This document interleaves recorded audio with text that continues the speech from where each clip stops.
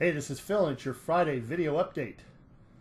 So a little upturn in interest rates this week. Nothing horrible, and still signs that we should stay relatively low and possibly even see things improve again. So don't panic. Just as one of those little waves in the roller coaster ride, as I talk about.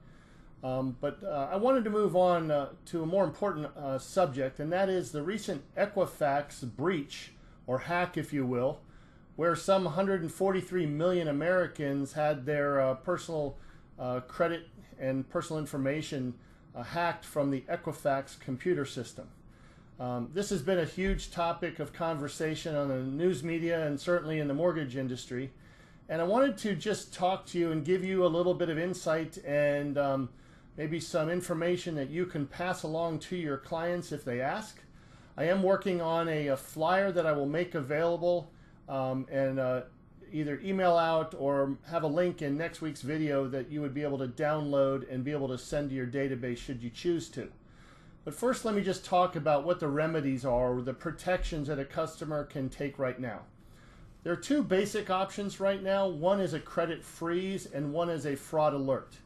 Now, I know there's reports in the media about going to the Equifax website and opting in for 1 year of credit monitoring and so forth, but I'll be honest with you, personally, I'm not a big proponent of that. You're just going in and putting more information in online, and I'd rather not do that right now.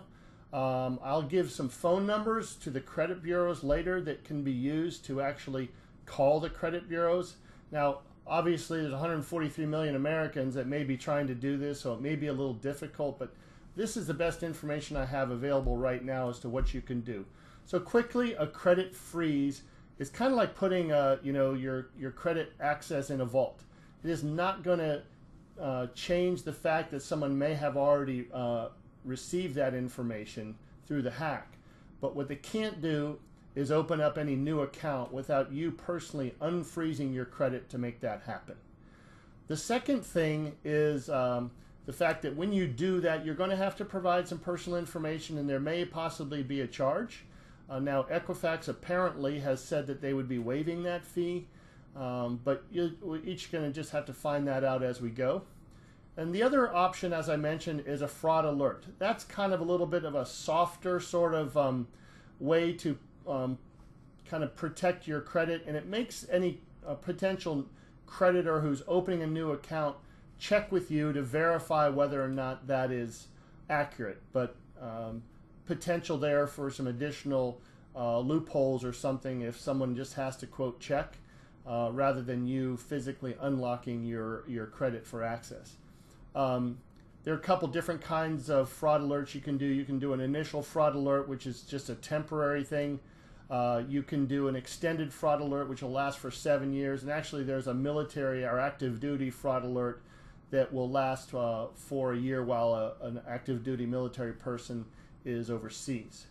So I'm going to put the 3 phone numbers to the 3 credit bureaus, Equifax, TransUnion, and Experian, up on the screen now. Take a look at those. I'll leave them up here for a minute. But one thing I wanted to let you know is as more information becomes available, I will make that available to you. If you have any specific questions or you want to talk to me further, please give me a call. My suggestion is that if you do pass this information along to your clients, don't necessarily give them advice, just provide the information, be a resource, but you want to be careful about providing specific advice as to what your particular client should do.